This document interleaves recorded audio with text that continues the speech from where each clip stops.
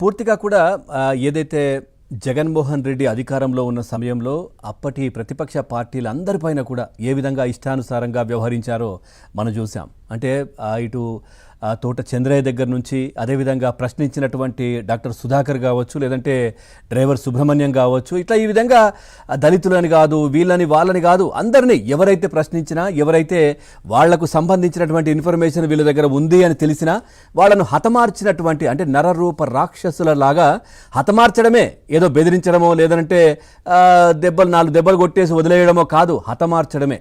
అట్లాంటి సంఘటనలు అప్పుడు జరిగిన పరిస్థితి.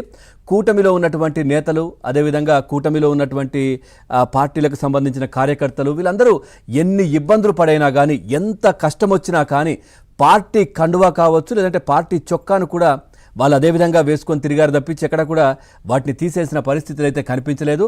పార్టీ కోసం ప్రాణాలను సైతం పరంగా పెట్టినటువంటి కార్యకర్తలు 3 పార్టీలకు సంబంధించి బీజేపీ కావచ్చు, జనసేన కావచ్చు, టీడీపీకి సంబంధించి కూడా ఉన్నటువంటి పరిస్థితులు కనిపించాయి. మనం చూసాం చంద్రబాబు నాయుడు గారు రిమాండ్లో ఉన్నటువంటి సమయంలో కొద్దిమంది చిత్తూరు జిల్లా నుంచి కూడా ఆయన దగ్గరికి సైకిల్ పైన వస్తూ ఉంటే, అదే ఏరియాలో కొద్దిమంది వాళ్ళు పసుపు చొక్కాలు వేసుకొని సైకిల్ మీద వస్తూ ఉంటే ఆ చొక్కాలు కూడా విప్పిచ్చేసి వాళ్ళను ఆ విధంగా, అంటే ఈ పసుపు చొక్కాలు కూడా మీరు వేసుకొని తిరగడానికి లేదు అనే విధంగా వాళ్ళని ఇబ్బందులకు గురి చేసినటువంటి పరిస్థితులు కనిపించాయి. అదేవిధంగా చూసాం, మీరు టీడీపీకి సంబంధించిన వాళ్ళ అయితే మీకు నీళ్లు కట్, ఈ ఊర్లో నీళ్లు మీకు ఇవ్వరు, మీకు ఎవరు సహాయం చెయ్యరు. ఆ విధంగా గతంలో జగన్మోహన్ రెడ్డి అధికారంలో ఉన్నప్పుడు ఇన్ని ఇబ్బందులు పడింది కూటమిలో ఉన్నటువంటి కార్యకర్తలందరూ కూడా. సో అధికారం వచ్చింది, ఆ తర్వాత కూటమిలో ఉన్నటువంటి కార్యకర్తలందరూ కూడా కష్టపడే అధికారంలోకి, అట్లాగే ప్రజలు కూడా సో ఈ కూటమి ప్రభుత్వాన్ని అధికారంలోకి తీసుకొచ్చారు. ఆ తర్వాత అయినా కానీ మా కష్టాలు తీరుతాయి అని అనుకుంటే అభివృద్ధి ఒకవైపు జరుగుతూ ఉంది, సంక్షేమం ఒకవైపు అందుతూ ఉంది.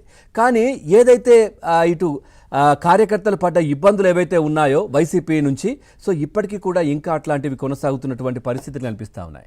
కూటమి పార్టీల కార్యకర్తలపై వైసీపీ నేతల దాడి జరుగుతున్నటువంటి పరిస్థితి మొన్నటికి మొన్న చూసాం. పుంగనూరులో, అట్లాగే నంద్యాలలో టీడీపీ కార్యకర్తల హత్య, ఇటీవల ఏదైతే కుప్పంకు సంబంధించి కూడా హత్య ఏదైతే ఉందో చాలా చర్చ జరుగుతున్నటువంటి పరిస్థితులు కనిపించాయి.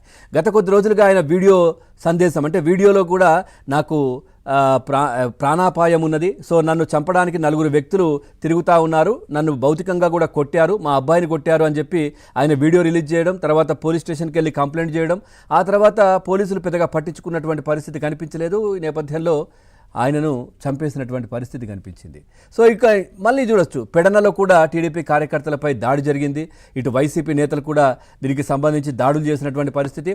అట్లాగే సోషల్ మీడియాలోనూ టీడీపీ నేతలపై బెదిరింపులకు పాల్పడుతున్నటువంటి పరిస్థితి కనిపిస్తోంది. పేటీఎం బ్యాచ్కు సంబంధించి అధికారం పోయినా ఇంకా రెచ్చిపోతున్నారు వైసీపీ మూకలు. ఇటు నీలి రౌడీలు కూడా, నీలి మాఫియా కూడా సోషల్ మీడియాలో ఇష్టానుసారంగా వ్యాఖ్యలు చేస్తున్న పరిస్థితులు మనం చూసాం. ఏదైతే కిరాక్ ఆర్పి, ఆయన ఏదైతే గతంలో కూటమి పార్టీ అధికారంలోకి రావడానికి, అదేవిధంగా రాష్ట్రంలో వైసీపీ గద్దె దిగడానికి, అంటే రాష్ట్ర శ్రేయస్సు కోసం ఏ విధంగానైతే రాష్ట్రం బాగుంటుంది, ఎవరుంటే బాగుంటుంది నేపథ్యంలో కూడా ఆయన పోరాటం చేయడం కావచ్చు. నిజంగా అలు పెరగకుండా, ఎట్లాంటి ఆశించకుండా, ఏది లేకుండా ఆశించకుండా ముందుకు వచ్చినటువంటి పరిస్థితులు. ఆ తర్వాత జగన్మోహన్ రెడ్డి అధికారంలో ఉంటే ఎట్లా నష్టం జరుగుతుంది రాష్ట్రానికి, ఇవన్నీ కూడా ఆయన వివరించిన పరిస్థితులు కనిపించాయి. సో పూర్తిగా సోషల్ మీడియా వేదికగా ఆయన ఎంత ప్రచారం చేయాలో కూటమికి కావచ్చు, లేదంటే రాష్ట్రం కోసం, రాష్ట్రం చంద్రబాబు నాయుడు గారు అధికారంలో ఉంటే ఏ విధంగా బాగుంటుంది, జగన్మోహన్ రెడ్డి ఉంటే ఏ విధంగా నాశనం అవుతుంది, ఏ విధంగా ఒక 20 సంవత్సరాలు వెనక్కి వెళ్ళిపోయినటువంటి పరిస్థితి ఎట్లా ఉంది, ఇవన్నీ కూడా చాలా క్లియర్గా వివరిస్తూ వచ్చారు ఆయన కాదు, అట్లాగే సీమరాజు కూడా, ఆయన అదేవిధంగా కూడా పార్టీ అంతర్జాతీయ ప్రధాన కార్యదర్శి అని చెప్పుకొని వైసీపీకి సంబంధించి ఆయన కండువా వేసుకొని, సో జగన్మోహన్ రెడ్డి చేస్తున్నటువంటి, అంటే ఆ పార్టీ చేస్తున్నటువంటి కార్యక్రమాలన్నీ కూడా సోషల్ మీడియా వేదికగా దుయ్యబట్టినటువంటి పరిస్థితి కనిపించింది. సో ఇప్పుడు వాళ్ళిద్దరినీ కూడా ఏదైతే వైసీపీ పేటీఎం బ్యాచ్ ఏదైతే ఉందో మిమ్మల్ని చంపేస్తాం అంటూ కూడా వార్నింగ్ ఇస్తున్నటువంటి పరిస్థితులు కనిపించాయి. మరి ఏంటి పరిస్థితి అంటే, అధికారంలోకి వచ్చినా కానీ మాకు రక్షణ లేదా అని చాలామంది టీడీపీ కార్యకర్తలు మాట్లాడుతున్న పరిస్థితి. అదేవిధంగా మనం చూసాం మాజీ జడ్జి రామకృష్ణ గారి గురించి కొత్తగా చెప్పాల్సిన అవసరం లేదు. జగన్మోహన్ రెడ్డి అధికారంలో ఉన్నప్పుడు ప్రతిరోజు దినదిన గండంగా గడిపారు. కానీ ఎక్కడా కూడా వెన్ను చూపించని వ్యక్తి ఏదైతే మాజీ జడ్జి రామకృష్ణ గారు. సో అదేవిధంగా ఫైట్ చేశారు, అదేవిధంగా ఇప్పటికీ కొనసాగిస్తున్నారు.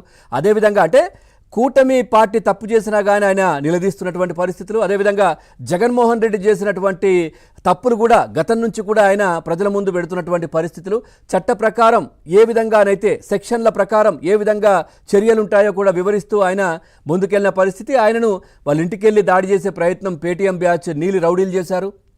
ఆయనను రోడ్డు పైన కూడా ఆయన వెహికల్ని అడ్డుకోవడం, చంపేస్తామని బెదిరించడం, ఇవన్నీ చేశారు. అయినా కానీ తట్టుకొని ముందుకు వస్తున్నటువంటి పరిస్థితి. మరి ఏంటి అంటే ఇట్లాంటి వాళ్లకు ప్రభుత్వం అండదండలు ఉండాలి, ప్రభుత్వం చూసుకోవాలి అంటే ఏదో కాదు కదా. రాష్ట్రం కోసం వీళ్ళంతా ఫైట్ చేసినటువంటి పరిస్థితి. ఏదో పార్టీకి సంబంధించి కష్టపడ్డ వాళ్ళు కాదు గతంలో. సో ఇప్పుడు ఆ విధంగా ముందుకెళ్తున్నటువంటి పరిస్థితులు. కానీ మరి ఏం చేస్తుంది, ఏంటి దీనికి సంబంధించి బెదిరింపులు ఎందుకు వస్తున్నాయి, ఈ అన్ని అంశాలకు సంబంధించి మనం మాట్లాడదాం. మనతో పాటు స్టూడియోలో